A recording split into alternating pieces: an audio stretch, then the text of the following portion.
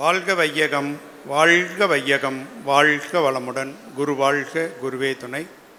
மேடையிலே வீட்டிருக்கின்ற சான்றோர் பெருமக்கள் அனைவரையும் வணங்கி வாழ்க வளமுடன் என்று வாழ்த்து.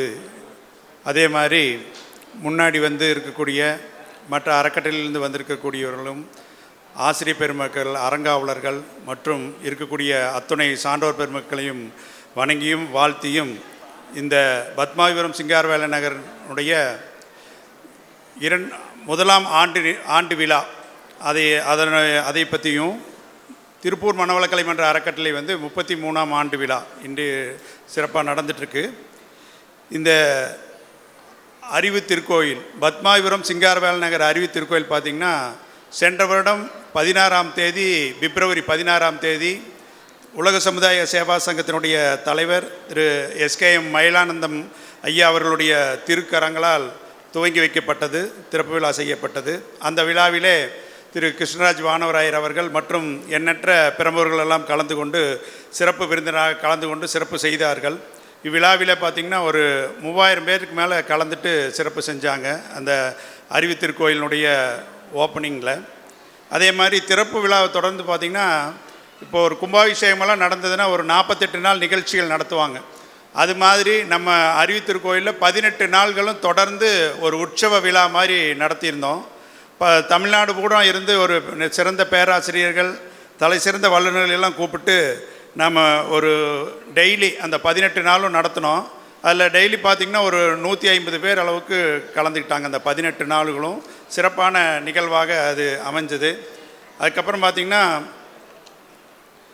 ஒவ்வொரு மாதமும் 3வது புதன்கிழமை அறிமுக பயிற்சி ஆரம்பிக்கப்பட்டு நடைபெற்றுட்டு வந்துட்டுருக்குதுங்க அந்த அறிவு திருக்கோயிலில் திறப்பு விழா கண்டதிலிருந்து.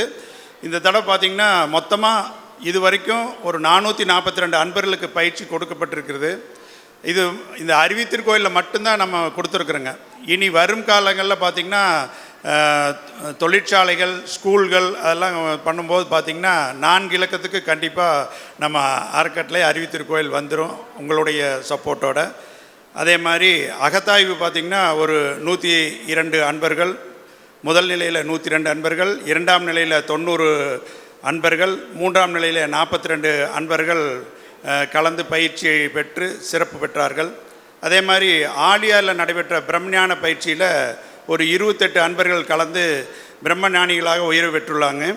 அதே மாதிரி கடந்த ஆண்டு நடைபெற்ற அருள்நிதியர் பயிற்சியில் பார்த்திங்கன்னா ஒரு 16 அன்பர்கள் கலந்து கொண்டு அருள்நிதியர்களாகி நம்ம அறிவு திருக்கோயிலில் சிறப்பாக பணியாற்றி வருகிறார்கள். அதே மாதிரி 30/4/2025 முதல் 9/5/25 வரை முக்கிய பிரமுகர்களுக்கான பயிற்சியில் ஒரு 22 விஐபிஸ் கலந்துட்டு சிறப்பு செஞ்சாங்க, பயிற்சி எடுத்துட்டாங்க. 11/5/2025 15/5/2025 வரை நடைபெற்ற மாணவர்களுடைய திறனூக்க பயிற்சி, அதில் பார்த்திங்கன்னா 50க்கும் மேற்பட்ட மாணவர்கள் கலந்து கொண்டு சிறப்பு பெற்றாங்க. அதே மாதிரி கடந்த ஜூன் மாதம் 2024 25ஆம் ஆண்டிற்கான விஷன் மாணவர்களின் நிறைவு விழா ஃபேர்வெல் பார்ட்டியில் பார்த்திங்கன்னா விஷன் ஆசிரியர்கள், மாணவர்கள் எல்லாம் கலந்து கொண்டு அந்த ஃபேர்வெல் பார்ட்டியும் சிறப்பாக செய்யப்பட்டது. அப்புறம் யோகா தினமான ஜூலை 21 அன்னைக்கு பார்த்திங்கன்னா நமது ஆசிரியர்கள் எல்லாம் பள்ளி, கல்லூரி, தனியார் ஸ்கூலு அதுகளெல்லாம் போய் அந்த யோகா பயிற்சிகளெல்லாம் கொடுத்து அந்த யோகா தினத்தை சிறப்பாக கொண்டாடினாங்க. அதே மாதிரி முதுநிலை பேராசிரியர் மாரியம்மாள் மோகன்தாஸ் அம்மா அவங்களால 9/9/2025 பார்த்திங்கன்னா மகளிர் மேம்பாட்டு பயிற்சி அளிக்கப்பட்டது. அதில் 52 மகளிர் கலந்து கொண்டு சிறப்பாக பயனடைந்தனர். 14/9/2025 அன்று ஸ்ரீனிவாசா மகளில் நடைபெற்ற மனைவி நல வேற்பு விழா, வேதாத்திரி மகரிஷிக்கு பிடித்த ஒரு விழா அப்படின்னா மனைவி நல வேற்பு விழாங்க. அந்த மனைவி நல வேற்பு விழா பார்த்திங்கன்னா ஒரு 500க்கும் மேற்பட்டவர்கள் கலந்து கொண்டு சிறப்பு செஞ்சாங்க. அந்த விழாவில் பார்த்திங்கன்னா மலேசியாவிலேருந்து அவர் ஒருத்தரே அறிவு திருக்கோயில் அங்கே கட்டி ஒரு 5-6 ஏக்கரில் கட்டி சிறப்பாக ஒரு திறப்பு விழா நடத்தி சிறப்பு பண்ணாங்க. நம்ம உலகெங்கும் மனவளக்கலை அப்படின்னு கொண்டுட்டு போகிற ஒரு கான்செப்டில் அந்த மலேசியாவிலேருந்து ஆறுமுகம் பாலகிருஷ்ணன் ஐயாவையும் சாரதா ஆறுமுகம் அம்மா அவங்களும் சிறப்பு செஞ்சாங்க அந்த மனைவி நலவேற்பு விழாவில். அதே மாதிரி திரு பாரதி கிருஷ்ணகுமார் அவங்க பிரேமா கிருஷ்ணகுமார் அவர்களும் சிறப்பு தம்பதிகளாக சிறப்பான ஒரு விழா நடத்தினோம். அதுக்கு எல்லாருமே நீங்கள் கலந்து ஒத்துழைப்பு கொடுத்தீங்க. அதே மாதிரி நமது அறிவித்திருக்கோயிலில் பயிற்சி பெற்ற அன்பர்களுடைய சங்கமம், இதுவரைக்கும் பயிற்சி பெற்ற அன்பர்கள் எல்லாம் கூப்பிட்டு ஒரு விழா மாதிரி நடத்தினோம். அந்த இதில் பார்த்திங்கன்னா 21/9/2025 அதில் ஒரு 120க்கு மேலே அன்பர்கள் கலந்து சிறப்பு பண்ணாங்க. அதே மாதிரி பேராசிரியர் இந்திராம் அவர்களால் 15/10/2025 நடத்தப்பட்ட மகளிர் மேம்பாட்டு பயிற்சியில் ஒரு 30க்கும் மேற்பட்ட மகளிர் கலந்து கொண்டு சிறப்பு செஞ்சாங்க. அதுபோக இயற்கை மருத்துவ முகாம் நேச்சுரோபதி கோவை இயற்கை மருத்துவத்தினுடைய திரு பன்னீர்செல்வம் அவங்களும் டாக்டர் யசோதா அவரும் தம்பதியராக வந்து 29/11/2025 அன்று நடத்தினாங்க. இதில் 50க்கும் மேற்பட்ட அன்பர்கள் கலந்து கொண்டு அந்த மருத்துவ ஆலோசனைகள்லாம் பெற்று சிறப்படைந்தாங்க, பலனடைந்தாங்க. 9/11/2025 அன்று நடந்த அறங்காவலர்களுடைய குடும்ப விழா. வேதாத்திரி மகரிஷி சொல்லுவாங்க, எப்பவுமே இந்த அமைப்பு ஒரு நல்ல ஒரு அறிவித்திருக்கோயில் நல்லா போகணும் அப்படின்னா அதுக்கு 2 கண்கள், ஒரு கண் அறங்காவலர், இன்னொரு கண்கள் ஆசிரியர்கள். அப்போது ஆசிரியர்கள் வந்து நம்ம எல்லாம் நிறைய பேர் உருவாகிட்டே இருக்கிறாங்க. அறங்காவலர்களையும் கூப்பிட்டு அறங்காவலர் தினம்னு சொல்லி அந்த அன்னைக்கு நடத்தினோம் விழா. அதில் நிறைய பேர் குடும்பத்தோடு கலந்து கொண்டு சிறப்பு செஞ்சாங்க. அதே மாதிரி 23/11/2025 பேராசிரியர் சண்முக சுந்தரமையா அவங்களை வச்சு ஒரு மெகா காயகல்பம் நடத்தினோம். அதில் ஒரு 62 அன்பர்கள் பயிற்சி பெற்று பலனடைந்தார்கள். அப்புறம் உலக தியான தினம் பார்த்திங்கன்னா 21/12/2025 அன்றைக்கி பேராசிரியர் ஜெயரத்னம் அம்மா அவங்க வந்து காலையில் 10 மணியிலேருந்து மாலை 4 மணி வரைக்கும் தொடர்ந்து சிறப்பான தவங்களெல்லாம் நடத்தப்பட்டு தியான தினத்தை அந்த அன்றைக்கி சிறப்பாக கொண்டாடினோம். அது மாதிரி முக்கிய பிரமுகளுக்கான பயிற்சி டிசம்பர் 12லேருந்து 14 வரை 3 நாட்கள் நடந்ததுங்க. அதில் பார்த்திங்கன்னா நன்கொடையே 5000 ரூபா அந்த பயிற்சிக்கு நன்கொடை கொடுத்து அதில் 52 அன்பர்கள் விஐபியில் தான் கலந்து அந்த பயிற்சியில் பார்த்திங்கன்னா பேராசிரியர் சௌமித்ரன், பொன்னி சௌமித்ரன் வந்து 3 நாள் தங்கியிருந்து நடத்தி கொடுத்தாங்க. சிறப்பாக அதில் 52 பேர் கலந்துட்டாங்க. அதில் பார்த்திங்கன்னா 2 அறங்காவலர்களும் கிடச்சாங்க அந்த இதில். அது மட்டும் இல்லாமல் அங்கே வந்திருந்த மெஜஸ்டிக் அண்ணா பார்த்திங்கன்னா அவங்க கல்லூரி அதுக்கெல்லாம் இந்த பயிற்சி கொடுக்கணும்னு சொல்லி உடனடியாக அதுக்கு ஏற்பாடு பண்ணி கொடுத்தாங்க. அந்த விஐபி பயிற்சி வேதாத்திரி மகரிஷி சொல்லுவாங்க, அதாவது முக்கியமானது பயிற்சியிலேயே வந்து ஒரு தொழிற்சாலை நடத்திட்டு இருக்காருன்னா அந்த முதலாளிக்கு பயிற்சி கொடுக்கணும் அப்படிம்பாங்க. எல்லோரும் ஏங்க சாமி அப்படி சொல்கிறீங்கன்னு கேட்கும்போது பார்த்திங்கன்னா ஒருத்தர் அந்த முதலாளி பயிற்சி எடுத்துட்டாருன்னு சொன்னால் ஒரு 100 குடும்பம் அவரை நம்பி இருக்கிற குடும்பம் நல்லாயிருக்கும். அதனால் விஐபி பயிற்சி முக்கிய பெருமளுக்கான பயிற்சி ரொம்ப முக்கியம்னு சொல்லி வேதாத்திரி மகரிஷி சொன்னாங்க. அந்த வகையில் நம்ம அறிவித்திருக்கோயில் அந்த பயிற்சி நடந்து 52 விஐபிஸ் எல்லாம் கலந்து சிறப்பு பெற்றார்கள். அதுவும் சிறப்பாக நடந்ததுங்க. அதே மாதிரி 1/1/2026 இந்த புத்தாண்டை உலக அமைதி தினம் காலையில் உலக அமைதி வேள்வியினோடு தொடர்ந்து முழு நாள் நிகழ்வாக நடத்தினோம். அதே மாதிரி அந்த சாயந்தரம் 1லேருந்து 7ஆம் தேதி வரைக்கும் உலக அமைதி வார விழான்னு சொல்லி நம்ம எல்லா ஆலியார்லேருந்து இயக்குநர்கள் 5 இயக்குநர்கள் வந்திருந்தாங்க. இப்போ 2 முதுநிலை பேராசிரியர்கள் வந்து 7 நாளும் 7 சிறப்பாக ஈவினிங் நேரத்தில் சிறப்பான ஒரு சொற்பொழிவு நடந்து அந்த உலக அமைதி வார விழாவை கொண்டாடணும். உணவெல்லாம் கொடுத்து பார்த்திங்கன்னா ஒவ்வொரு நாளும் ஒரு 150 பேர் கலந்துக்கிட்டு சிறப்பு செஞ்சாங்க. அந்த உலக அமைதி வார விழா சிறப்பாக நடைபெற்றது நம்ம அறிவித்திருக்கோயில். அதே மாதிரி நம்ம 25/1/2026 அன்னைக்கு பார்த்திங்கன்னா நம்ம முதுநிலை பேராசிரியர் விவேகானந்தன் ஐயா கூப்பிட்டு அருள்நிதிகளுக்கெல்லாம் ஒரு மேம்பாட்டுக்கான ஒரு பயிற்சி கொடுக்கணும்னு சொல்லி அருள்நிதிகளுக்கெல்லாம் ஒரு மேம்பாட்டு பயிற்சியும் பண்ணணும். அதில் நிறையா அருள்நிதிகள் கலந்து கொண்டு சிறப்பு பெற்றாங்க. அதே மாதிரி ஒவ்வொரு செவ்வாய்க்கிழமை காலையில் பார்த்திங்கன்னா 7 மணிக்கு நிர்வாகக்குழு கூட்டம் நடக்குங்க. 7லேருந்து 9 மணி வரைக்கும் நடக்கும். மாதத்தினுடைய முதல் செவ்வாய்க்கிழமை பார்த்திங்கன்னா ஈசி மீட்டிங், செயற்குழு உறுப்பினர்களுக்கான மீட்டிங் இது தொடர்ந்து நடந்துகிட்ருக்குது. அந்த ஆலோசனைகளெல்லாம் அவங்ககிட்ட கலந்து ஆய்வு கூட்டமாக நடத்தி அதிலிருந்து வாங்கி அதிலேருந்து தான் நம்ம இம்ப்ளிமெண்ட் பண்ணிகிட்ருக்குறோம். இந்த மாதிரி தொடர்ந்து அறிவித்திருக்கோயில் சிறப்பாக நடந்துகிட்ருக்குங்க. அதில் பார்த்திங்கன்னா அதுபோக சென்ற ஆண்டு ஒரு 7 முறை நமது அன்பர்கள் எல்லாம் அருட்தொண்டர்கள் எல்லாம் கூட்டிகிட்டு ஆலியார் ஆன்மீக பயணம் போனோம். அதில் பார்த்திங்கன்னா 460 பேர் இது வரைக்கும் ஆலியார் கூட்டிகிட்டு போயிட்டு வந்திருக்கிறோம். அதே மாதிரி தினசரி கூட்டு தவம் எங்கெங்கெல்லாம் அன்றத்தில் கூட்டு தவம் நல்லா இருக்குதோ அந்த அறிவித்திருக்கோயில் மன்றங்களெல்லாம் வளர்ச்சி அடையுங்கிறது எங்களுடைய முன்னோர் தலைவர்களெல்லாம் சொல்லிகிட்டே இருக்கிறது. அந்த வகையில் நமது அறிவித்திருக்கோயிலில் காலையில் ஒரு 6 மணிக்கு ஒரு கூட்டுத்தவம், முற்பகல் 11 மணிக்கு மகளிர்களுக்கான ஒரு கூட்டுத்தவம், மாலையில் 6 மணிக்கு கூட்டுத்தவம். இந்த மாதிரி தொடர்ந்து கூட்டுத்தவம் நடந்துகிட்ருக்குங்க 3 நேரமும். அதே மாதிரி அமாவாசை பௌர்ணமி தினங்களெல்லாம் சிறப்பு பஞ்சபூத நவக்கிரக தவம் தொடர்ந்து நடத்தப்பட்டு வருகிறது. அதே மாதிரி ஒவ்வொரு மாதமும் முதல் வியாழக்கிழமை பார்த்திங்கன்னா மௌனம் காலையில் 10 மணியிலேருந்து சாயங்காலம் 4 மணி வரைக்கும் நடைபெற்று வருகிறது. அதே மாதிரி ஞாயிற்றுக்கிழமை காலையில் பார்த்திங்கன்னா இப்போ காலையில் யோகா பண்ணாங்க. முன்கூட்டியே வந்தவங்கெல்லாம் பார்த்துருப்பீங்க. ரொம்ப சிறப்பான யோகா பண்ணாங்க. இங்கே பண்ணின தம்பி எல்லாமே பார்த்திங்கன்னா நம்ம அறிவித்திருக்கோயிலில் பயிற்சி எடுத்துகிட்ருக்குறாங்க. குறுகிய காலமாக தாங்க, இப்போ ஒரு 2 மாத காலத்தில் தான் பயிற்சி எடுத்துட்டாங்க. இவ்வளோ சிறப்பாக பண்ணிகிட்ருக்காங்க. ஞாயிற்றுக்கிழமை காலையில் 7லேருந்து 9 வரைக்கும் அந்த சிறுவர்களுக்கான யோகா வகுப்பு நடைபெற்று வருதுங்க தொடர்ந்து. அதே மாதிரி காலையில் 9 to 11 இப்போ இங்கெல்லாம் வந்து பரிசு வாங்கிட்டு போனாங்க பாருங்கள், அவங்களுக்கான பரதநாட்டிய வகுப்பு காலையில் ஞாயிற்றுக்கிழமை ஒவ்வொரு வாரமும் 9 to 11 வரைக்கும் நடக்குதுங்க. இது நம்ம அறிவித்திருக்கோயிலில் தொடர்ந்து நடந்துகிட்ருக்குதுங்க. அதே மாதிரி ஒவ்வொரு வாரமும் வெள்ளிக்கிழமை பார்த்திங்கன்னா எல்லாம் ஒரு வளர்ச்சி பணி கூட்டம், எல்லா அருள் தொண்டர்களையும் கூப்பிட்டு குறைந்தது ஒரு 40-50 பேர்னால் வருவாங்க. அவங்களெல்லாம் கூப்பிட்டு நம்ம அந்த வளர்ச்சி பணி கூட்டம் நடத்தி இது மாதிரி சிறப்பாக நடத்திட்டுருக்குறோம். இதெல்லாம் ஏன் சொல்கிறோம் அப்படின்னு சொன்னால், வேதாத்திரி மகரிஷி இது வந்து உலகம் பூரா மனவளக்கலை போகணும் அப்படிங்கிறது தான் வேதாத்திரி மகரிஷினுடைய ஆசை, கனவு. அந்த கனவை நிறைவேற்றுறதுக்கு இது இப்போ நாம் அறிவித்திருக்கோயில்ல நாங்கள் இதெல்லாம் பண்ணிகிட்ருக்குறோம். யாம் பெற்ற இன்பம் பெருகை வையகம்னு சொல்லுவாங்க இல்லையா, அது மாதிரி நாங்கள் இப்படி செஞ்சிட்ருக்குறோம். வேறு மன்றங்கள் அறிவித்திருக்கோயிலேருந்து வந்திருந்தாலும் எங்களை மாதிரி இதே மாதிரி தொடர்ந்து பண்ண எல்லாருமே முயற்சி பண்ணுவோம். முயற்சி திருவணியாக்கும். அதே மாதிரி உங்கள் ஆண்டு விழாக்கள், உங்களுடைய விழாக்கள் எல்லாம் நீங்கள் அங்கே என்ன சிறப்பாக செஞ்சிட்ருக்கிறீங்கன்னு எங்களையும் கூப்பிட்டிங்கன்னா நாங்களும் அங்கே வந்து பார்த்து அங்கே இருக்கக்கூடிய சிறப்புகளை எல்லாம் வந்து இங்கேயும் அப்ளை பண்ணலாம். எல்லாம் சேர்ந்து வேதாத்திரி மகரிஷினுடைய லட்சக்கணக்கான பிள்ளைகளில் நாமெல்லாம் ஒருத்தர். அந்த வேதாத்திரி மகரிஷிக்கு அந்த ஊர் கூடி தேர் இழுப்போம்னு சொல்லுவாங்க. வேதாத்திரிய தேரை இழுக்கக்கூடிய பொறுப்பும் கடமையும் நம்ம அனைவருக்கும் இருக்குன்னு சொல்லி வாய்ப்புக்கு நன்றி கூறி நிறைவு செய்கிறேன். வாழ்க வளமுடன். வாழ்க வளமுடன்.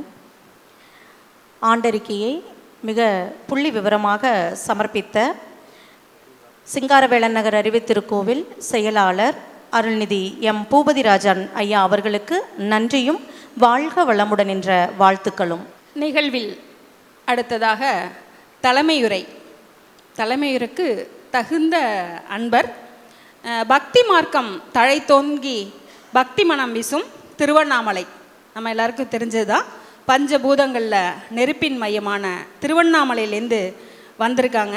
திருவண்ணாமலையில் ஒரு பெரிய அறிவித்திருக்கோயில் கட்டி தொடர்ந்து நமக்கே தெரியும் திருவண்ணாமலைக்கு எவ்வளோ பேர் கிரிவலம் போயிட்டு வந்துட்டுருக்காங்கன்னு சொல்லிட்டு, அந்த கிரிவலம் போயிட்டு வந்துட்டுருக்கிற பெரும்பாலான அன்பர்கள் நம்மளோட பக்தி மார்க்கமான அறிவு திருக்கோயிலுக்கும் ஞான திருக்கோயிலுக்கும் வந்து வருகை புரிந்துட்டுருக்காங்க. இந்த அறிவு திருக்கோயில் பார்த்திங்கன்னா தொடர்ந்து நிகழ்ச்சிகள் நடந்துக்கிட்டே இருக்கும். பட்டிமன்றங்கள், கருத்தரங்குகள்னு தொடர்ந்து நிகழ்ச்சிகள் நடந்து கொண்டே இருக்குது. வேதாத்திரியத்தில் கிட்டத்தட்ட 30 வருட காலம் மனவளக்கலையோட தொடர்ந்து பயணம் பண்ணிகிட்டு இருக்காங்க. உலக சமுதாய சேவத்தில் விரிவாக்க இயக்குனராக இருந்து இன்னைக்கு உலகெங்கும் மனவளக்கலை பறந்து விரிஞ்சு செயலாற்றிட்டுருக்கு அப்படின்னா ஐயாவும் அதில் முக்கிய ஒரு காரணமாக இருக்காங்க. பேராசிரியர் அருள்ஜோதி ஐயா அவர்களை தலைமையுரையாற்ற வருமாறு அன்போடு அழைக்கின்றோம். வாழ்க வளமுடன் ஐயா. வாழ்க வையகம், வாழ்க வையகம், வாழ்க வளமுடன், வளர்க வேதாத்திரியம், குருவே துணை.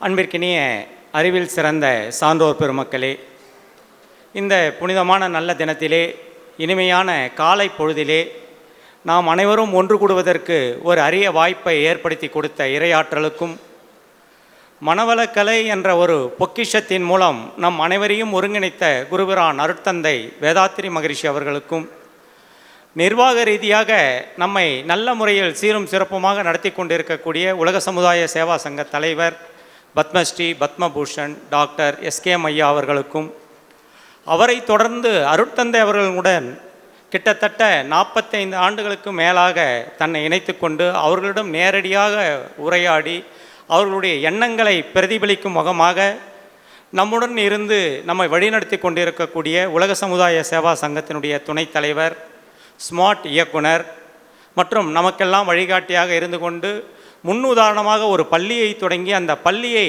வேதாத்திரிய பள்ளியாக நடத்தி கொண்டிருக்கக்கூடிய முதுநிலை பேராசிரியர் மதிப்பிற்கும் மரியாதைக்கும் உரிய MK தாமோதரன் ஐயா அவர்களுக்கும் மற்றும் இந்த திருப்பூர் அறக்கட்டளை அதனுடைய தலைவர், செயலாளர், பொருளாளர், துணைத் தலைவர்கள் மற்றும் அதில் இருக்கக்கூடிய அறங்காவலர் பெருமக்கள், ஆசிரியர் பெருமக்கள் மற்றும் இந்த நிகழ்ச்சிக்காக வந்திருக்கக்கூடிய பொதுமக்கள் ஆகிய உங்கள் அனைவருக்கும், மேடையில் அமர்ந்திருக்கக்கூடிய முக்கியஸ்தர்கள் அத்தனை பேருக்கும் என்னுடைய பணிவான வணக்கத்தையும் அன்பான வாழ்த்துக்களையும் தெரிவித்துக் கொள்கிறேன். வாழ்க வளமுடன்.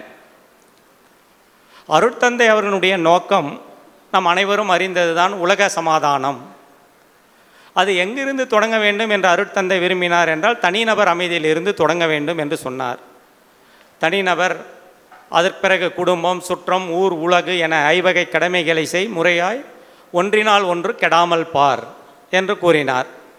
அப்படி தொடங்கப்பட்ட இந்த இயக்கம் 1971 அருட்தந்தை அவர்களுடைய 60வது வயதில் தமிழ்நாட்டில் மொத்தமே 5 கிளைகள் தான் இருந்திருக்கிறது.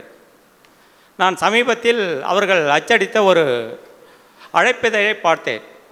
2 வெளியிடங்களிலே, நாக்பூர் ஒரு இடத்துலையும் மும்பையிலையும் இருந்திருக்கு. அதை விட்டால் புதுவை, அதாவது பாண்டிச்சேரி, காரைக்கால், உதகை, குடுவாஞ்சேரி, அதன் பிறகு இன்னும் ஒரு இடம் சென்னையில் இல்லை, இங்கே ஒரு 5 இடங்கள், அங்கே தான் தமிழ்நாட்டில் அவ்வளோதான் இருந்திருக்கு. அவருடைய 60வது வயதிலே அப்போது தான் அவர் குடும்பத்தை விட்டு வெளியே வருகிறார். இதுவரை நான் குடும்ப பணியும் அருட்பணியும் சேர்ந்து செய்து வந்தேன். இன்றிலிருந்து, இந்த ஆண்டிலிருந்து நான் என்னை முழுமையாக உலக சமுதாய சேவா சங்கத்துக்கு அர்ப்பணித்துக் கொள்கிறேன் என்று ஆரம்பித்து, அன்று 5 இடங்களில் இருந்த அந்த சங்கம்தான் இன்று உலகம் முழுவதும் கிட்டத்தட்ட 450 அறக்கட்டளைகளை கொண்டிருக்கிறது. 3000 தவமையங்கள் இருக்கின்றது. 400 கிராமிய சேவை திட்டங்கள் நடைபெறுகிறது. 250 அறிவு திருக்கோயில்கள் இருக்கின்றது. 20,000க்கும் மேற்பட்ட ஆசிரியர்களை ஐயா அவர்கள் உருவாக்கி வைத்திருக்கின்றார்கள். இவ்வளவு ஒரு மாபெரும் வளர்ச்சியை அடைந்திருக்கிறது இந்த 50 ஆண்டுகளில். ஆனால் இது போதுமா என்று பார்த்தால் போதாது. ஏனென்றால் நம்மளுடைய உலக மக்கள் தொகையை கணக்கெடுத்து கொண்டால் 850 கோடி மக்கள் இருக்கின்றார்கள். நாம் இதுவரை பயிற்சி கொடுத்திருக்கக்கூடிய மக்களை கணக்கெடுத்து கொண்டால் 1 கோடி பேருக்கு கொடுத்திருக்கிறோம். அப்போ உலக மக்கள் தொகையில் 1% கொடுத்திருந்தால் கூட நம்ம 8.5 கோடி மக்களுக்கு கொடுத்திருக்க வேண்டும். இந்திய மக்கள் தொகையில் கணக்கெடுத்திருந்தால் கூட 1.5 கோடி மக்களுக்கு நாம் கொடுத்திருக்க வேண்டும். ஆனால் நாம் 1 கோடி பேருக்கு தான் கொடுத்திருக்கின்றோம். இது மிகப்பெரிய வளர்ச்சி தான். ஆனாலும் அருட்தந்தை அவர்களுடைய நோக்கம் 150 ஆண்டுகளிலே உலக சமாதான ஆண்டு இப்போது 40வது ஆண்டு நடந்து கொண்டிருக்கிறது. இன்னும் 110 ஆண்டுகளில் உலக மக்கள் அனைவருக்கும் இதை கொண்டு போய் சேர்க்க வேண்டிய பொறுப்பும் கடமையும் நம் ஒவ்வொருத்தருக்கும் இருக்கிறது. ஏனென்றால் அருட்தந்தை அவர்கள் தனக்கு பிறகு யாரோ ஒரு குறிப்பிட்ட சீடரை கொடுத்து இவர்தான் என்னை காத்து கொள்வார் என்று நியமிக்கவில்லை. மனவளக்கலை பயிற்சி எடுத்த ஆசிரியர் பெருமக்கள், அறங்காவலர்கள் அனைவரும் என்னுடைய சீடர்கள். அவர்களெல்லாம் சீடர்கள் கூட சொல்லலை. அவர்கள் நம்மை குரு ஸ்தானத்திலே உட்கார வைத்து அழகு பார்த்தார்கள். குரு பரம்பரை என்று சொல்லக்கூடிய அளவிலே நம்மளை உற்பத்தி பண்ணியிருக்கின்றார்கள். அவ்வளவு மதிப்புமிக்க நாம் எவ்வாறு செயல்பட வேண்டும், இதை எப்படி எடுத்து செல்ல வேண்டும் என்ற ஒரு மிகப்பெரிய கடமையும் பொறுப்பும் நமக்கு இருக்கிறது. அந்த பொறுப்பும் கடமையும் சீரும் சிறப்புமாக செய்து இந்த திருப்பூர் மனவளக்கலை மன்ற அறக்கட்டளை இத்தனை ஆண்டுகளில் கிட்டத்தட்ட 12 அறிவு திருக்கோயில்கள், 16 அறக்கட்டளைகள், 20க்கும் மேற்பட்ட தவ மையங்கள் இவற்றையும் உற்பத்தி செய்து அவர்களுக்கு தொடங்கி வைத்து மக்களுக்கு இன்னும் விரிவாக்க பணிகளை செய்து கொண்டிருக்கிறது. இந்த ஆண்டு விழாவிலே அந்த பொறுப்பாளர்கள் அத்தனை பேருக்கும் என்னுடைய பணிவான வணக்கங்களையும் நன்றிகளையும் மீண்டும் மீண்டும் தெரிவித்துக் கொள்கிறேன். இது மேலும் மேலும் வளர வேண்டும். எப்படி வளருவது? ஒரு இலக்கு இருக்க வேண்டும். ஒரு மனிதன், தனி மனிதன், அவனுடைய வாழ்க்கையாக இருந்தாலும் சரி, தொழிலாக இருந்தாலும் சரி, அல்லது சமுதாய பணியாக இருந்தாலும் சரி, ஒரு இலக்கை நோக்கி பயணிக்க வேண்டும். சாதாரணமாக சொல்லுவாங்க, இலக்கில்லாதவன் வாழ்க்கை துடுப்பில்லாத படகு போன்றது அப்படின்னுவாங்க. துடுப்பில்லாத படகு எந்த திசையில் போவது என்னன்னு காற்றடிக்க திசையில் போய்கொண்டிருக்கும். நம்மளுடைய வாழ்க்கை அப்படி இருக்கக்கூடாது. ஒவ்வொருவருக்கும் ஒரு இலக்கு இருக்கின்றது. இலக்கை நோக்கிய பயணத்தில் நாம் பயணிக்க வேண்டும். நமக்கு சமுதாய பணியில் என்ன இலக்கு என்று பார்த்தால், இதை அனைத்து மக்களுக்கும் கொண்டு போய் சேர்க்க வேண்டும். ஏன் கொண்டு போய் சேர்க்க வேண்டும்? சில பேர் நினைப்பாங்க, நான் பயிற்சி எடுத்துக்கிட்டேன், நான் நல்லா இருக்கேன், என் குடும்பம் நல்லா இருக்குது, போதாதுங்களா, நான் ஏன் மற்றவங்களுக்கு சொல்ல வேண்டும் அப்படின்னு. ஆனால் நாம் நன்றாக இருக்க வேண்டுமானால், நிரந்தரமாக மகிழ்ச்சியாக இருக்க வேண்டுமானால், அடுத்தவர்களும் நன்றாக இருந்தால்தான் நாம் நன்றாக இருக்க முடியும். இல்லை என்றால் நம்ம வீட்டில் நல்லா இருக்கிறோம், எல்லாருமே பயிற்சி எடுத்துக்கிட்டோன்னு வச்சுங்க, எதிர் வீட்டில் பக்கத்து வீட்டில் இருக்கிறவங்க பயிற்சி எடுக்கலைன்னா அவர்களால் தொந்தரவு வந்தால் நாம் என்ன பண்ண முடியும்? அப்போது அனைவரும் பயிற்சி எடுத்துக்கொண்டால் தான் நாம் மகிழ்ச்சியாக வாழ முடியும். இல்லை என்றால் மகிழ்ச்சி. அதே மாதிரி தான் நாடுகளும். நம் நாடு முழுவதும் கொடுத்து விட்டாலும் பக்கத்தில் இருக்கக்கூடிய நாடுகளால் நமக்கு பிரச்சனை என்றால் நாம் எப்படி நன்றாக இருக்க முடியும்? முடியாது. அதனால்தான் தாயுமானவர் சொன்ன மாதிரி, எல்லோரும் இன்புற்று இருக்க நினைப்பதுவே அல்லாமல் வேறொன்றறியேன் பராபரமே என்று சொன்னது போன்ற அருட்தந்தை அவர்கள் உலக சமாதானம் என்ற உயரிய நோக்கத்தை எப்போ பாருங்கள், கூடுவாஞ்சேரியில் அவங்க 1958 ஆரம்பிக்கிறாங்க. 4 கீத்து கொட்டா 4 சவுக்கு கொம்பில் உலக சமுதாய சேவா சங்கம்னு. எவ்வளோ பெரிய தன்னம்பிக்கை நினச்சி பாருங்கள். மிகப்பெரிய தன்னம்பிக்கை. கண்டிப்பாக இது சேரும், அடைந்தே தீருவோம் என்ற ஒரு அழுத்தமான எண்ணம். ஏனென்றால் அவர் மகான். அப்படிப்பட்ட மகான் போட்ட திட்டங்கள் வெகுவாக மிகவும் இயல்பாக சமுதாயத்தில் சென்றடைந்து கொண்டிருக்கிறது. அதில் நமக்கு ஒவ்வொருவருக்கும் பொறுப்பும் கடமையும் இருக்கிறது. பொதுவாக சொல்லுவார்கள், நம்மளுடைய மதிப்பு நமக்கே தெரியவில்லை என்று. அதற்கு ஒரு கதை சொல்லுகிறார்கள். என்னன்னு கேட்டிங்கன்னா, ஜென் கதை தான் இது. எப்படி என்றால், ஒரு சிங்கம் இருக்கிறது, அது தாய்மை அடைந்திருக்கிறது. அது வெளியில் வரும்பொழுது, தன்னுடைய இறை தேடி வெளியில் வரும்பொழுது மகப்பேறு வலி ஏற்படுகிறது.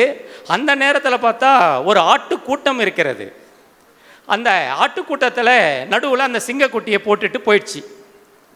அது ஓடிடுச்சு. இந்த சிங்கக்குட்டி எங்கே வளருதுங்க? அந்த ஆட்டுக்கூட்டத்தோடு வளருது.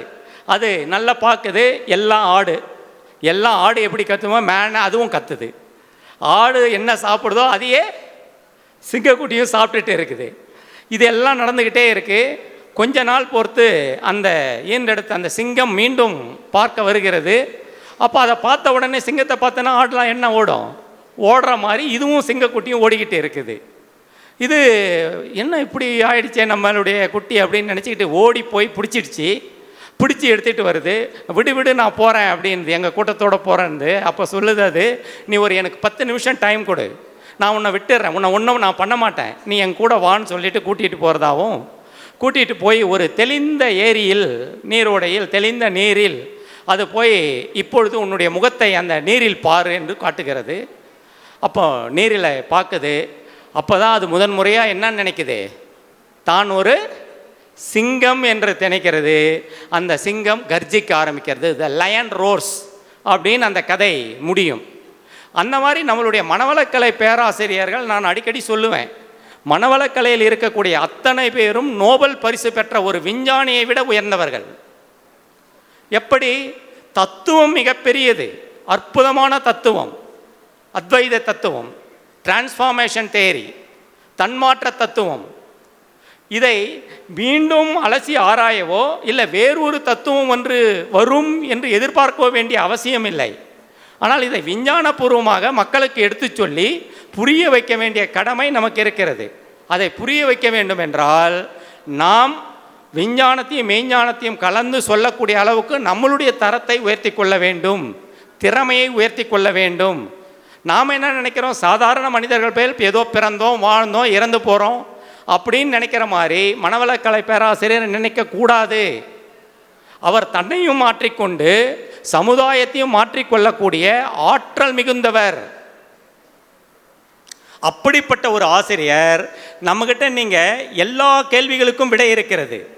நீங்கள் பார்த்தீங்கன்னா எந்த கேள்வி கேட்டாலும், ஒரு நோபல் பரிசு பெற்ற ஒரு விஞ்ஞானியிடம் வேதியியல் துறைனா வேதியியல் துறை மட்டும்தான் அவருக்கு தெரியும், இயற்பியல்னா இயற்பியல் தான் தெரியும், எப்படி வாழணும்னு கேட்டிங்கன்னா தெரியாது. எதற்காக பிறந்தோன்னு கேட்டிங்கன்னா தெரியாது. ஏன் கஷ்டப்படுகிறோம், துன்பப்படுகிறோம், இதிலிருந்து எப்படி விடுபடுவதுன்னு கேட்டால் தெரியாது.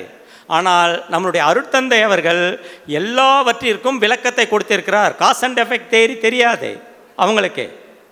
ஆனால் நமக்கு ஏன்னா தெரிஞ்சிருந்தா எப்போ நமக்கு விஞ்ஞானத்தில் நமக்கு சொன்னாங்க, என்ன சொன்னாங்க, Newton's third law, every action has its equivalent opposite reaction. அது காஸ் அண்ட் எஃபெக்ட் தானே. ஆனால் நமக்கு யாருக்கும் தெரியாது அது காஸ் அண்ட் எஃபெக்ட் தான் சொல்லுதுன்னு. அப்போ விஞ்ஞானமும் அதை தான் சொல்லுகிறது. நேற்று 2 நாட்கள் ஆழியாறில் நடைபெற்ற விஞ்ஞான கருத்தரங்களை மிகப்பெரிய விஞ்ஞானிகள், பிரம்மோஸ் தந்தை என்று சொல்லக்கூடிய சிவதானு பிள்ளை மற்றும் வில்லியம் செல்வரத்தினம், இப்படி பெரிய டிஆர்டிஓ என்று சொல்லக்கூடிய பாதுகாப்பு துறையில் சயின்டிஸ்டாக பல ஆண்டுகள் பணியாற்றி வந்தவர்கள் பேசுகிறாங்க. அருட்தந்தையினுடைய தத்துவம் ஒன்றி உலகத்திலே இப்படி ஒரு தத்துவம் இருக்காது. ஆனால் நம்மளுடைய வேதங்களும் புராணங்களும் இதிகாசங்களும் உபநிஷத்துக்களும் என்ன சொல்லியதோ அது மொற்றையும் சாரமாக பிடிந்து அருட்தந்தை அவர்கள் கொடுத்திருக்கிறார்கள். அவற்றில் எல்லாமே சொல்லியிருக்காங்க. 5000 வருஷத்துக்கு முன்னாடி சொல்லியிருக்காங்க, 10,000 வருடத்திற்கு முன்னே சொல்லியிருக்காங்க. வள்ளுவர் சொல்லியிருக்கிறார் இல்லையா, தவம் செய்வார் தன் கர்மம் செய்வார் மற்றெல்லார் அவம் செய்வார் ஆசை உட்பட்டுன்னு. எப்படி தவம் செய்யணும்னு சொல்லலை, சரியா? திருக்குறளில் இருக்கு தவம் எப்படி செய்ய வேண்டும், அதுக்கு வேதங்களில் புராணங்களில் சொல்லியிருக்கு. அதெல்லாம் படிக்கிற அளவுக்கு நம்ம கல்வி முறை இல்லை. நம்ம கல்வி முறை ஏற்கனவே நம்ம மகரிஷி சொல்கிற மாதிரி 4 விதமாக இருந்த கல்வி முறை இப்போது 2ஆக மாறிவிட்டது. பண்பாட்டு கல்வியும் ஒழுக்க பழக்க கல்வியும் அற்று போய்விட்டது.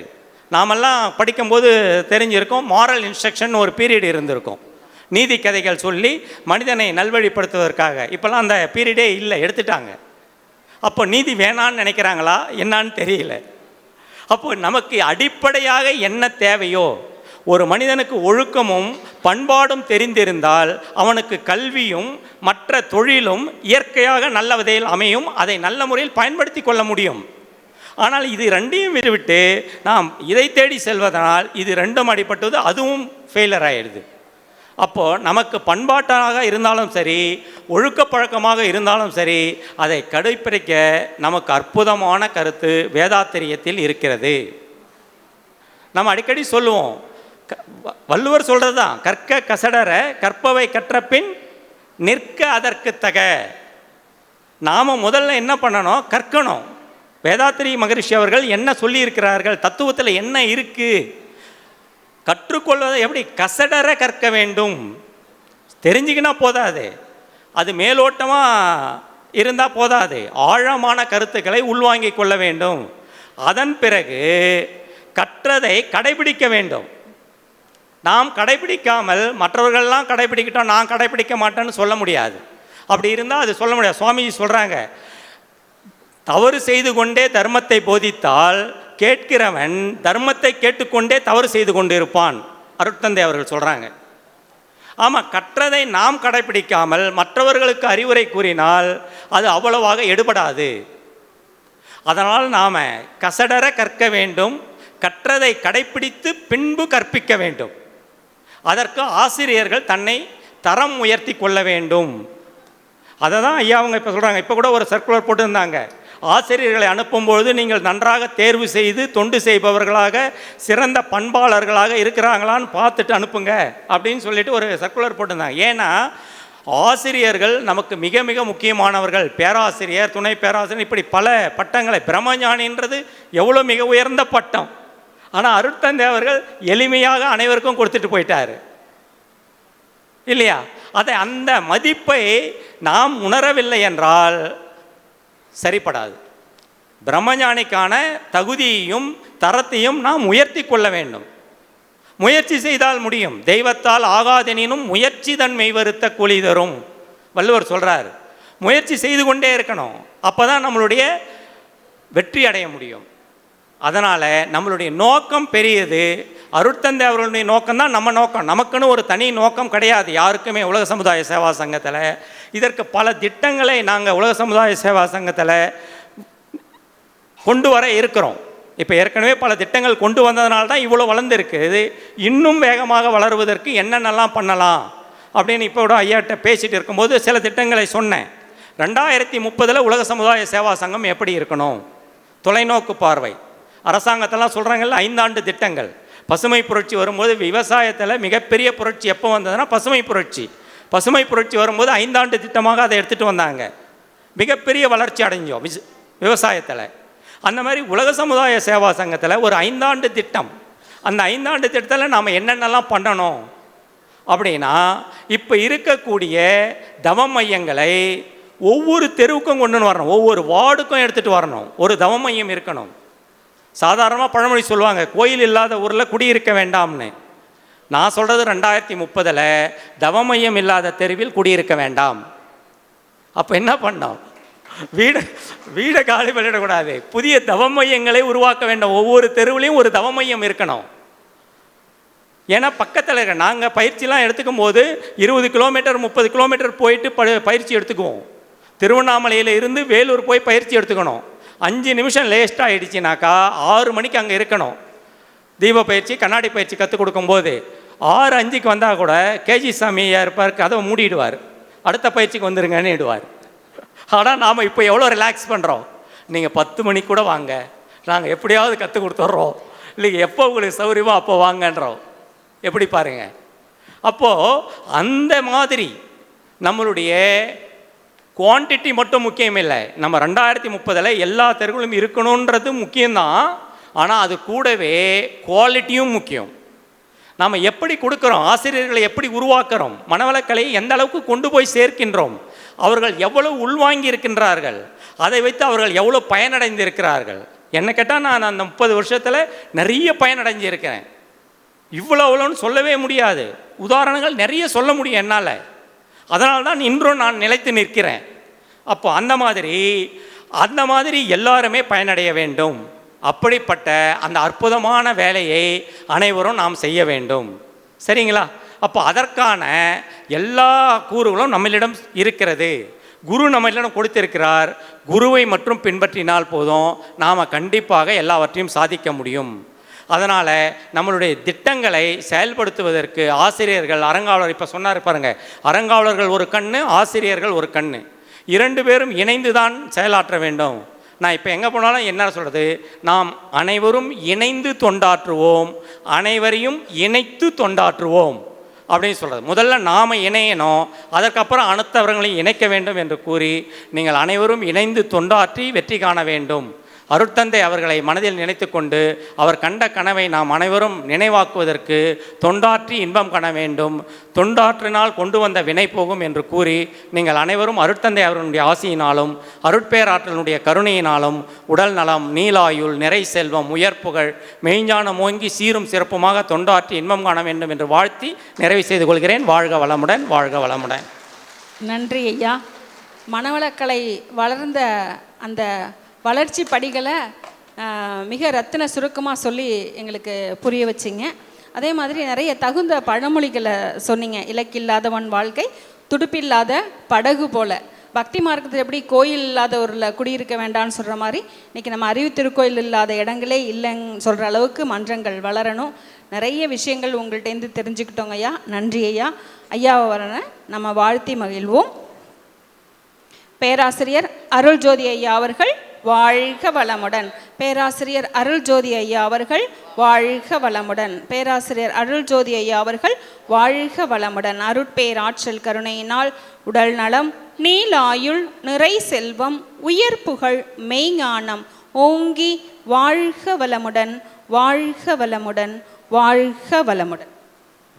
அடுத்ததாக முன்னிலை உரை. 40 வருட காலம் மனவளக்கலையோடு பயணம்.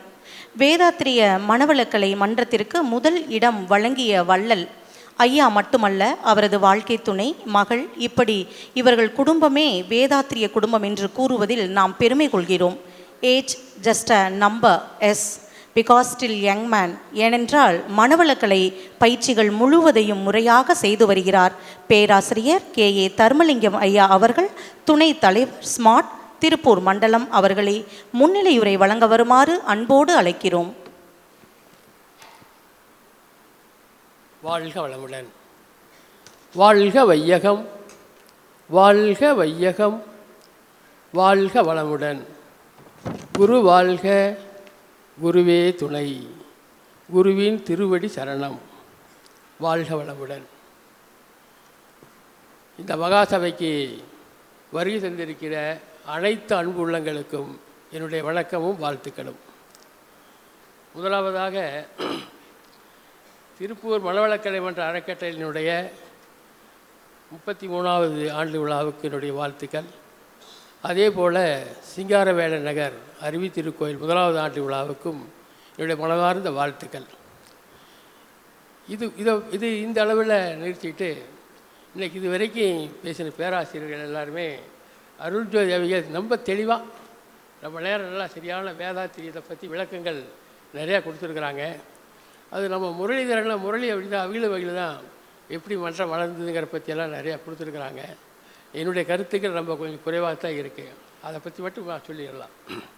இப்போ 33 அது ஆண்டுன்னு சொல்கிறாங்களவா, திருப்பூர் மனவளக்கலை மன்றம் ஆரம்பித்து 33 ஆண்டு ஆச்சுன்னு. அதற்கு முன்னாடி எப்படி இருந்தது அதை முதல்ல பார்த்துடலாம். ஒரு ஓலை செட்டு தான், ஒரு 25 பேர் 30 பேர் போகிற அளவுக்கு ஒரு ஓலை செட்டு பிரிஜய காலனி பொயில குடோனில் ஒரு ரூபா போட்டு கொடுத்தாங்க. ஞாயிற்றுக்கிழமைக்கு ஒரு நாளைக்கு தான் தவமே நடக்கும். இது வாழ்க வையகம் வாழ்க வளமுடன் போர்டு தான் இருந்தது. நான் பார்த்த போர்டை இந்த சாமியார் பரவாயில்ல ரொம்ப தெளிவாக போட்டிருக்கிறாரு. ஒருத்தருமே இந்த மாதிரி போட்டது இல்லையே, வாழ்க வையகம் வாழ்க வளமுடன். அப்போவே மனசுக்குள்ளே எனக்கு ஒரு மகிழ்ச்சியாக இருந்தது. ஆனால் இருந்தாலும் போகிறதில்ல, மன்றத்துக்குள்ளேயே போகிறதில்ல. முரளிகோட சொன்ன மாதிரி மன்றத்தை வேணால் கிளீன் பண்ணி வச்சுருப்பேன், அவனை ஓலை சீட்டாக போச்சு கரையாக பிடிக்காமல் இருக்கு பார்த்துக்குவேன். ஆனால் உள்ளே போனதில்லை. ஏன்னா எனக்கு பக்தி மார்க்கத்தில் கொஞ்சம் குறைவு. செய்ய வேண்டிய செயல் சரியாக செஞ்சோம்னாலே நமக்கு கிடைக்க வேண்டியது கிடைக்கும். நம்ம போய் எனக்கு ஒரு ஆர்டரை கொடுங்க, இந்த ஆர்டரை கொடுங்கன்னு கேட்டால் கிடைக்குன்னு நினைக்கிறீங்களா? எனக்கு கிடைச்சது இல்லை, கேட்கறதும் இல்லை. இந்த சூழ்நிலையில் தான் நான் இதை கொஞ்சம் அப்படி தள்ளி நின்றுட்டே இருந்துகிட்டு இருந்தேன். ஆனால் ஒரு சூழல் வந்தது, சாமிஜி பார்க்குற அளவுக்கு ஒரு வாய்ப்பு கிடைச்சிது. அதுக்கு போயிட்டு வந்ததுக்கப்புறம் தான் என்னுடைய மனம் தப்புன்னு மாறிடுச்சு. அவர் சொன்ன கருத்துக்களை கேட்டதையுமே இவர் திருவள்ளுவருடைய வாரிசாட்டு இருக்குது, வள்ளுவ பெருந்தவருடைய வாரிசு. ஏன்னா எனக்கு ஒரு 10 குறள் தான் தெரியும். இந்த 10 குறளோட ஈடுபாட்டு கணக்கு போட்டு பார்த்தோம்னு சொன்னால் மிகப்பெரிய செயலாக இந்த வேதாத்தியம் எனக்கு கிடச்சிது. அப்புறம் நான் பிடிசிக்கு போயிட்டு நானே என்னுடைய வாழ்க்கை துணை உறவினர்கள் எல்லோரும் போய் ஒரு 6 நாள் ஆலியார் நடந்த பிடிசி கோர்ஸுக்கு போயிட்டு வந்தோம். அதில் கிடைச்ச அனுபவம், அவர் சொன்ன வார்த்தைகள் முழுக்க என்னுடைய உடலில் இருக்கிற செல்கள் முழுவதுமே ரெக்கார்ட் பண்ணி வச்சு. ஆனால் திருப்பி சொல்கிறதுக்கு தான் டைம் இல்லை, கிடைக்கல, வாய்ப்பு இல்லை. அந்த சூழலில் தான் நம்ம பிரிஜய காலனி மன்றத்துக்குள்ளே வந்து சேர்ந்தேன். அப்போ வாழ்க்கை வையமாக போர்டு மட்டும் தான் போட்டது தான். அப்புறம் சொன்னாங்க இது ஒரு அறக்கட்டளையாக பண்ணி போடுங்கன்னு சொல்லி சங்கத்திலேருந்து ஒரு ஆர்டர் வந்தது. ஆர்டர் வந்து ஒரு 9 பேர் ஆளுக்கு 2500 2500 போட்டு Tiruppur spiritual science and welfare trust அப்படின்னு ஆரம்பித்தாங்க. அதுதான் முதல் ஆரம்பித்தது. அதுக்கு ஆமாம், அதில் ஒரு 9 பேர் இருந்தாங்க. மீண்டும் பழையபடி அவங்க 2500 தான் கொடுத்துருந்தாங்க. மீண்டும் அதிகப்படியான ஆசிரியர்களை அரங்காவில் சேர்த்திங்கன்னு சொல்லி ஆலியார்லேருந்து ஒரு தகவல் கிடைச்சதுமே அப்புறம் ஒரு 16 பேர் சேர்ந்தாங்க. அந்த 16 பேருக்கு நான் கொடுத்தேன். ஆனால் எங்கிட்ட எல்லாம் வாங்கினது 10,000 ரூபா வாங்கிட்டாங்க அன்றைக்கே. அவங்க 2,500 போட்டாங்க, எங்களுக்கெல்லாம் 10,000. அதுக்கப்புறம் அந்த அளவுக்கு அதுக்கு ஒரு வேல்யூ வந்தாச்சு. இப்போ 50,000, அது வேறு. அந்த ஓலை சீட்டில் தான் பயிற்சி நடந்துகிட்டு இருந்தது. சொன்னாங்க காலையில் மட்டும் ஞாயிற்றுக்கிழமை ஒரு நாளைக்கு தான் கூட்டம் வரும், அப்போ தான் கதவே நீக்குவாங்க. இப்போ இப்படியெல்லாம் ஆகாது, தினசரி காலை மாலை தவம் நடத்தணும் அப்படின்னாங்க. யாருமே சரியாக வர்றதில்லை. நாங்கள் பயிற்சி எடுத்து வந்ததுனால நானும் என்னுடைய 2-3 நண்பர்கள் எல்லாம் சேர்ந்து வீட்டில் எக்ஸசைஸ் செய்கிறதுக்கு அங்கே எக்ஸசைஸ் செஞ்சால் போதும். சும்மா ஒரு 40 பக்கம் நோட்டு போனது தேதி போட்டு கையில் போட்டுருவோம். ஒரு 4-5 பேர் தான் கையில் போடுவோம். அந்த அளவுக்கு தான் அது வந்துக்கிட்டு இருந்தது. அதுக்கப்புறம் வந்து வர தான் ராமசாமி ஐயர்னு ஒருத்தர் இருந்தார். அவர் ஞாயிற்றுக்கிழமைக்கு ஒரு அப்ளிகேஷன் ஃபார்மை கொடுப்பார். அதை ஃபில்லப் பண்ணி கொடுத்துட்டோம்னா 10 ரூபா சார்ஜ். ஆக்கினை விளக்கம் கொடுப்பாரு, தீட்சை கொடுப்பாரு. கொடுத்துட்டு அடுத்த வாரம் வாங்க, ஒரு வாரம் செஞ்சுட்டு வாங்க, அடுத்த வாரம் ஞாயிற்றுக்கிழமைக்கு வாங்க, சாந்தி தவம் கொடுத்துட்றோம் அப்படிம்பாங்க. ஒரு எக்ஸசைஸ் புக்கை கொடுப்பாங்க 3 ரூபாய்க்கு. 3 ரூபா கொடுத்து வாங்கிட்டு போயிருங்க அப்படின்னு. நான் பார்த்துட்டே இருந்தேன். எல்லாம் போனது எனக்கு கொஞ்சம் மனசுக்குள்ள பயமாக தான் இருக்குது. ஏன்னா நிர்வாகிகள் கிட்டே போகிறதுக்கு பயந்தான். அவங்கெல்லாம் போனதுக்கப்புறம் இந்த பயிற்சி எடுத்த ஆக்கினி எடுத்தாங்களவா, அவங்கள எல்லாத்தையும் கூப்பிட்டு போகிற வச்சு எக்ஸசைஸை நான் சொல்லித்தர்றேன். புஸ்தகத்தில் இருக்குது, ஆனால் அதை விட நான் சொல்லி தந்தேன்னு சொன்னால் உங்களுக்கு சீக்கிரம் புரிஞ்சுக்கின்னு ஒரு பாதி எக்ஸசைஸ் அந்த வாரத்தில் ஒரு 4-5 எக்ஸசைஸ் சொல்லி கொடுத்துட்டு இதையும் செஞ்சுட்டு வாங்க, ஆகினை தவம் செய்யுங்க, அடுத்த வாரம் வாங்க சாந்தி தான் வாங்கிக்கலாம், பின்னால் இருக்கக்கூடிய 4 உடற்பயிற்சி நான் கற்றுக் கொடுக்குறேன் அப்படின்னு அப்படி கற்றுக் கொடுத்தோம். இது பார்த்தா ஒரு 4-5 மாதத்தில் பயிற்சி எடுத்தவங்க எல்லோரும் வர ஆரம்பிச்சிட்டாங்க. அப்போ நிர்வாகத்திற்கும் சொன்னாங்க, இது நல்லா தான் இருக்குது, இது ஒரு ஏற்பாடு பண்ணி எல்லாத்துக்கும் கொடுத்தா போகுதுன்னு. முதல் தமிழ்நாட்டில் அடிப்படை பயிற்சி ஆரம்பித்து கொடுத்ததே விருச்சிவேகாலி தான் உயர்ந்தான். முதல் 36 பேர் கூப்பிட்டுருந்தோம். நம்ம கம்பெனியில் இருக்கிற ஆளுக்கு தான் மெயினாக கூப்பிட்டு ஒரு 36 பேருக்கு பயிற்சி கொடுத்தோம். எப்படி டைம் கொடுக்குறோம் எங்களுக்கு தெரியல. சரி காலையில் 7 மணிக்கு வாங்க, 8 மணிக்கு போயிடலான்னா ஆஃபீஸுக்கு போகணும் பண்ணுவா, அதனால் கொஞ்சம் முன்னாடி 6 மணிக்கு வாங்க, 7 மணிக்கு போயிடலான்னா 6 மணிக்கு வந்தாங்க. எக்ஸசைஸ் சொல்லிக் கொடுத்தோம். அது எக்ஸசைஸ் செய்கிறது வேறு, சொல்லிக் கொடுக்குற மெத்தேடு வேறு. அது சொல்லிக் கொடுக்க எனக்கு ஒரு பழக்கம் ஆகி போச்சு. அதெல்லாம் ஒரு வாரத்துக்கு தான் அது சொன்னாங்க. ரொம்ப பிரபலமாக இருக்குதுங்க, ஆனால் நாள் தான் 10 டைம் 10. சரி நான் 6 மணிக்கு போயிடலாம், 5:30 மணிக்கு வாங்கன்னோம். 5:30 மணிலேருந்து 7 மணி வரைக்கும் போட்டோம், 7:30 மணி வரைக்கும் கூட போட்டோம். 2 மணி நேரம் கிளாஸ், 1 மணி நேரம் உடற்பயிற்சி முழுமையாக, ஒரு 1/2 மணி நேரம் தவ விளக்கங்கள், தவம். கண்டிப்பாக 1/2 மணி நேரம் தவம் பண்ணுவோம். இப்போ சில பிரச்சனைகளே வந்துட்டுருக்கு. நம்ம மண்டலத்தை பேசியிருக்கிறப்ப கேட்குறோம். ஒரு பேராசிரியர் உள்ளே வந்தாருன்னு சொன்னால் அவர் சொற்பொழி கொடுக்குறக்கு வந்திருக்கிறாரு. எக்ஸசைஸ் சொல்லிக் கொடுக்குறவர் அப்போவே தவத்தை முடிச்சுக்கிறார், 10 நிமிஷத்தில் தவத்தை முடிச்சுக்கிறார். மிகப்பெரிய தப்பு இது. வேதாத்திரியத்தில் தவத்தை கண்டிப்பாக செய்யும், 1/2 மணி நேரம் தவம் செய்யும். இது நம்ம புக்கிலே கொடுத்துருக்குறாங்க. என்ன சங்கம் என்ன சொல்லுதோ அதை செஞ்சால் போதும், வேறு ஒன்றும் வேண்டியது. நம்ம புதுசாக போய் நம்ம ஒன்று தவம் பண்ணி அதை கற்றுக்கிட்டு இதை கற்றுக்கிட்டு தெளிவாக இன்னும் கொஞ்சம் கொடுக்கலாம், ஒன்றும் வேண்டியதில்லை. எல்லாம் சாப்பாக எல்லாத்தையும் கொடுத்துருக்காரு, சாமி கொடுத்துருக்காங்க. எத்தனையும் புத்தகத்தில் இருக்குது, கேசிட்டாக வந்துட்டு. இந்த விதத்தில் தான் இன்றைக்கி மன்றம் வளர்ந்து வந்தது. இப்போ 33ஆவது ஆண்டு ஆச்சுன்னு சொல்கிறாரு. அப்போ ஒரு அறக்கட்டளை ஆகி போய் இப்போது 24 அறக்கட்டளை ஆகிருக்கு திருப்பூருக்குள்ளே. திருப்பூர் மண்டலம் தமிழ்நாட்டிலேயே எல்லா விதத்திலையும் நம்பர் 1 வந்துட்டு இருக்கக்கூடியது திருப்பூர் மண்டலம். இப்போ கிட்டத்தட்ட ஒரு 10 வருட காலமாக அவங்க ஆளியாக இருந்து ஒரு பரிசு கொடுக்குறாங்க. அதன் பிறகு அதை கொடுத்துட்ருக்கு. சீட்டு வந்துருச்சு. எதுக்குங்க? போதும் ஐயா நீ பேசுகிறது அப்படி இருந்தாலும் எனக்குன்னு வார்த்தை அவர் அவருக்கு பிடிக்காமல் இருந்திருக்கலாம். என்னுடைய கருத்துக்கள் நான் சொல்லித்தானே அவங்க இல்லையா? அது இந்த விதத்தில் வந்திருக்கிறோம். இன்றைக்கி எல்லா அறக்கட்டளைகளுக்கும் நாங்கள் மாதம் 1 முறை 2 முறை மண்டலத்தின் சார்பாக போகிறோம். உலக சங்கமே சொல்லியிருக்குது, தலைவர் செயலாளர் பொருளாளர் 3 பேர் போட்டுருங்கன்னு சொன்னாங்க. அப்போது அதுக்கப்புறம் இப்போ ஒரு அடிஷ்னலாக ஒரு 6-7 பேர் சேர்த்திங்கன்னாங்க. நாங்கள் ஒரு 6 பேர் அந்த துறையில் இருக்கிறோம். நாங்கள் மாதம் போனோம். ஒரு அறிவித்தூர் கோயிலுக்கு போனாலும் அங்கேயும் இதே மாதிரி ஒரு 6 பேர் எக்ஸ்ட்ரா போட சொல்லி அவர்களுக்கும் சரியான விளக்கங்கள் கொடுத்து வேதாத்திரியத்தை எப்படியாவது குறைந்தபட்சம் நம்ம பக்கத்தில் தெரியாத ஆள் இருக்கக்கூடாது அப்படிங்கிற அளவுக்கு எங்களுடைய செயல் திட்டத்தை கொண்டு வந்துட்டுருக்குறோம். விடாமுயற்சியோடு தான் செய்துகிட்ருக்கிறோம். இந்த முயற்சி பலனாகணும்னு சொன்னால் உங்களுடைய வாழ்த்துக்கள் எங்களுக்கு ரொம்ப ரொம்ப தேவை என்று கூறி நிறைவு செய்து கொள்கிறேன். நன்றி, வாழ்த்துக்கள். அடுத்ததாக நமது திருப்பூர் மண்டலத்தின் தலைவர், திருப்பூர் மண்டலத்தை தலைவராக இருந்து நம்ம முரளியண்ணா செயலாளராக இருந்த அந்த காலகட்டம் பொற்காலன்னு சொல்கிறாங்க. எப்படின்னா கிட்டத்தட்ட 6 அறிவு திருக்கோயில்கள் அந்த காலகட்டத்தில் தான் உருவானுச்சு. திருப்பூர் எங்கும் தவமயங்களும் அங்கே உருவானுச்சு.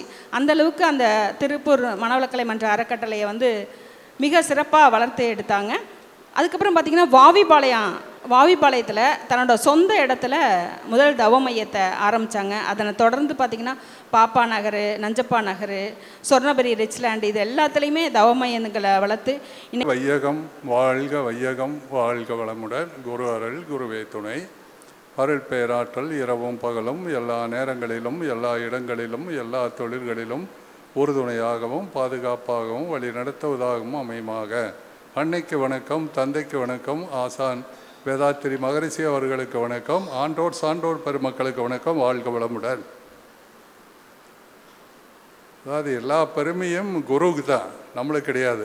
குரு தான் நம்மளை உருவாக்கி விட்டார். அந்த உருவாக்கி விட்டதில் நாம் சேவை செய்கிறது தான் வந்திருக்கிற மொழியோ இது வேறு ஒன்றும் கிடையாது. அதுக்கு ஒரு சின்ன உதாரணமான ஒரு கதையை மட்டும் சொல்கிறேன். அதாவது ஒரு குரு எப்படி இருக்கணுங்கிறதுக்கு ஒரு எடுத்துக்காட்டு. அது ஒரு ஞானி சீடரோடு சேர்த்து பயணிக்கிறாங்க ஒரு காட்டு வழியாக. அந்த காட்டு வழியாக போயிட்டு இருக்கும்போது அந்த காட்டில் ஒரு 3 விதமான கல் கிடைக்குது. அதாவது அந்த கல் ஒரு சிறப்பான கல். அந்த கல் இந்த சீடர்கள் பார்த்து அந்த கல்லை எப்படியா நாம் எடுத்துகிட்டு போனால் எல்லாம் பெரும் பணம் பண்ணிக்கலாம் அப்படிங்கிற மாதிரி கொண்டு வர்றாங்க. அப்போது அவர் சொல்கிறாரு, இதை பார்க்குறதோடு நிறுத்திங்கப்பா, எடுக்கணுங்கிற எண்ணத்தை விட்டுருங்க அப்படிங்கிறார். யார்? அந்த ஞானி. அப்போது அவங்க அப்படியே பழையபடி போயிடுறாங்க. போயிட்டே இருக்கும்போது பின்னாடி ஒரு 3 அன்பர்கள், பாமர அன்பர்கள், அவங்களுக்கு ஒன்றும் விவரமே தெரியாது. அவங்க பின்னாடி வர்றாங்க. பார்த்தோன்னா அந்த கல் கிடக்கிறத பார்த்தோன்னா அவங்களுக்கு 3 பேர்த்துக்கு அபரிமிதமான ஒரு சந்தோஷம், ஒரு ஆசை. இந்த கல்லை எடுத்துகிட்டு போய் விற்றோம்னா நாம் பெரிய கோடீஸ்வரன் ஆகி வாழ்க்கையில் ரொம்ப உயர்ந்தரலாம் அப்படின்னு சொல்லி அந்த கல் மேலே ஆசை வச்சு அந்த கல்லுக்கு பக்கத்தில் உட்காடுறாங்க. அப்போ அந்த இடத்துல உட்கார்ந்த உடனே அப்போது எல்லாத்துக்கும் அது கலப்பு நடந்து கொஞ்சம் கலப்பாகி போச்சு. ஏதாவது உணவு தேவைங்கிற ஒரு எண்ணம் வருது. அதில் ஒருத்தன், சரியப்பா நீங்கள் 2 பேர் இந்த கல்லை பாட்டே இருங்க, நான் போய் அந்த உணவுக்கு உண்டான ஏற்பாடு பண்ணி கொண்டு வர்றேன்ட்டு அவன் ஒரு பையன் போயிடுறான். போய் அவன் உணவு ரெடி பண்ணி அவன் கொண்டு வர்றான். கொண்டு வரும்போது அவனுக்கு ஒரு எண்ணம் தோணுது, இந்த உணவில் விஷத்தை கலந்து குடித்தா 2 பேர் இறந்துருவாங்க. அப்போ நாம் என்ன பண்ணலாம், இந்த கல்லை 3 நாம் எடுத்துகிட்டு போய் 3 பேர்த்துக்கு கிடைக்கிற சந்தோஷத்தை விட 3 மடங்கு எனக்கு கச்சா கிடைக்குமேன்னு சொல்லி அவன் ஒரு பெரும் சந்தோஷத்தில் அதை வாங்கிட்டு வந்துட்டுருக்கிறான். அந்த உணவில் காட்டு வழியாக வரும்போது அதில் சில நஞ்சு மூலிகைகள் இருக்கும் இல்லையா, அந்த மூலிகைகள்லாம் அந்த உணவில் கலந்துடுறான். இப்போ இங்கே வரக்குள்ள அவங்க 2 பேர் என்ன திட்டம் திட்டுறாங்கன்னா, அந்த உணவை கொண்டு வர்றவனை நாம் 2 பேர் காலி பண்ணிட்டோம்னா இதை நாம் 2 பேருமே அபகரிச்சுக்கலாம்னு சொல்லி முடிவு பண்ணுறாங்க. அப்போது அவன் கொண்டு கீழே வைக்கும் போது அவனை போட்டு எரிஞ்சிட்றாங்க. அவன் இறந்துடுறான். இறந்த உடனே இந்த கல்லை 2 பேர் கையில் வச்சுட்டு உணவை பருகிறாங்க. இவளும் போயிடுறாங்க. பேராசை பெருநஷ்டமாகி போச்சா. அப்போ நமக்கு ஒரு குருவோ ஒரு ஞானியோ இருக்கிறவர் என்ன சொன்னாருங்கிறது பார்த்துங்க. அவங்க இங்கே போனவங்க போட்டு திரும்பி வர்றாங்க. வர்ற வழியில் பார்த்தா 3 பேர் இவங்க மரணித்து கிடக்குறாங்க. மரணித்து கிடக்கிறத பார்த்தோன்னே, எப்பா நான் சொன்னது சரியாக போச்சா, பேராசை பெருநஷ்டமாகும், இது அறிவுரை உங்களுக்கு சரியானு சொன்னோன்னே அந்த சீடர்களும் அதிலிருந்து அந்த எண்ணத்திலிருந்து மாறி போகிறாங்க. அது மாதிரி தான் நாமளும் வேதாத்திரியத்துக்குள்ளே வரும்போது எப்படி எல்லாமோ இருந்திருக்கலாம். ஆனால் இதுக்குள்ளே வந்ததுக்கப்புறம் நம்மளுடைய மாற்றம் ஏற்பட்டு சமுதாயத்துக்கு சேவை செய்யணுங்கிற ஒரு எண்ணம் ஏற்பட்டு சமுதாய சேவையை இப்போ செஞ்சிட்ருக்கிறோம். அதில் நம்மளுக்கு வாழ்நாள் பூரா கிடைச்சி அருள் பேராற்றல் கருணையினால் உடல் நலம் நீளாயில் நிறை செல்வம் பெற்று சிறந்தோங்கி வாழ்க வளமுடன். ஜெகநாதன் சரவணஜோதி அம்மா அவர்கள் வாழ்க வளமுடன், வாழ்க வளமுடன். கரகோஷம் எழுப்பி நம்ம உற்சாகப்படுத்துவோம். வாழ்க வளமுடன், வாழ்க வளமுடன், வாழ்க வளமுடன்.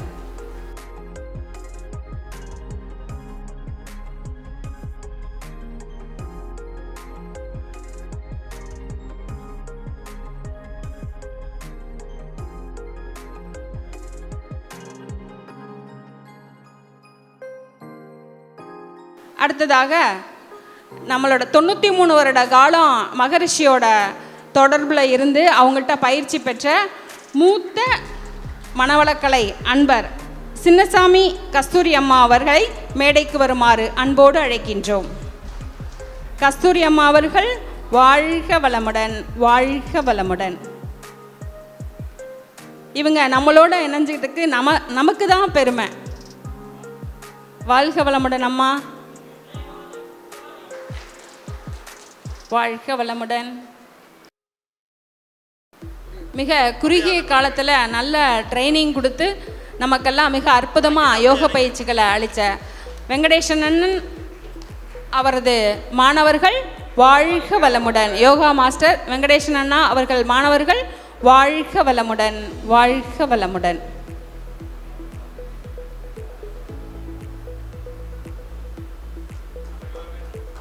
வாழ்க வளமுடன். உற்சாகப்படுத்துவோம்.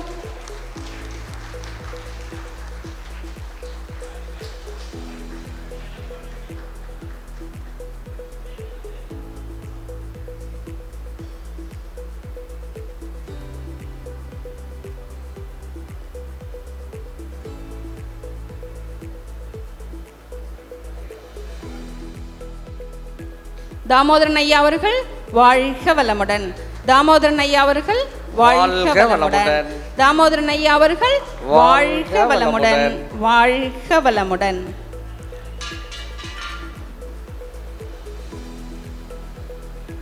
நிகழ்வில் அடுத்ததாக பேராசிரியர் அருள் ஜோதி ஐயா அவர்களுக்கு நினைவு பரிசு வழங்குமாறு VM கந்தசாமி ஐயா அவர்களை அன்போடு அழைக்கின்றோம். வாழ்க வளமுடன், வாழ்க வளமுடன், வாழ்க வளமுடன். அருள் ஜோதி ஐயா அவர்கள் வாழ்க வளமுடன், வாழ்க வளமுடன்.